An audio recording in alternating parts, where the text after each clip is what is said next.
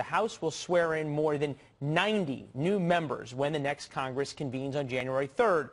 And the person at Fox News who is supposed to keep track of all of them is our senior producer, Chad Pergram. As a kid, I used to collect these, poring over the names and faces for hours, memorizing entire rosters of the Cincinnati Reds, the New York Mets, the Baltimore Orioles. We don't have Congress cards on Capitol Hill, but perhaps we should. After every election, I cram, studying pictures and bios, trying to learn members of the freshman class. It's not easy. Everyone recognizes New York Democrat Alexandria Ocasio-Cortez, but who can pick out West Virginia Republican Carol Miller? Or if you're really good, know that Michael San Nicolas will be the new non-voting delegate to Congress from Guam, presuming you even knew there was a non-voting delegate to Congress from Guam. Granted, some freshmen are better known than others. Look familiar? That's Indiana Republican Greg Pence, brother to Vice President Mike Pence. Or how about Florida Democrat Donna Shalala? She served 8 years as President Clinton's Health and Human Services Secretary.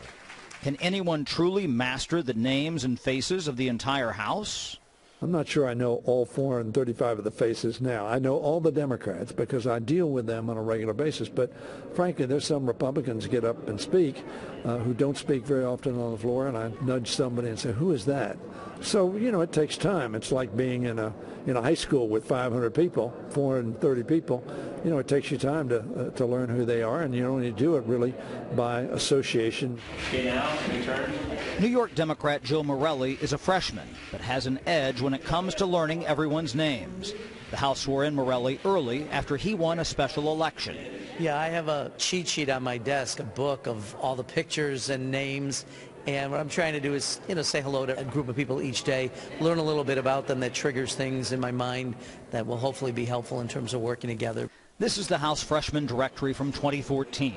Lined up together are pictures of then freshman Mike Bost of Illinois, Rod Blum of Iowa, David Young of Iowa, and Bruce Poliquin of Maine.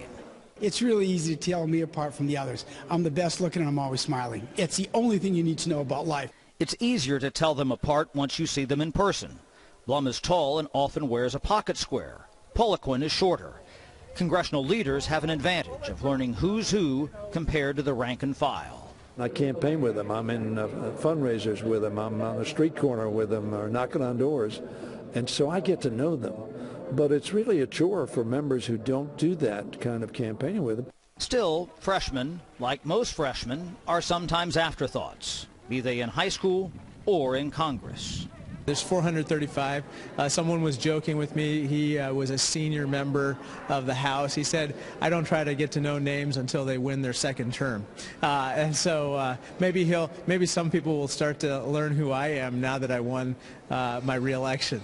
Learning more than 90 new House members is easy compared to the challenge posed in 1895.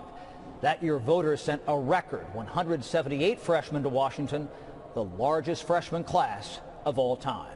On Capitol Hill, Chad Pergram, Fox News. And we could have gone for a few more minutes of everything Chad knows up on Capitol Hill. Chad, thank you.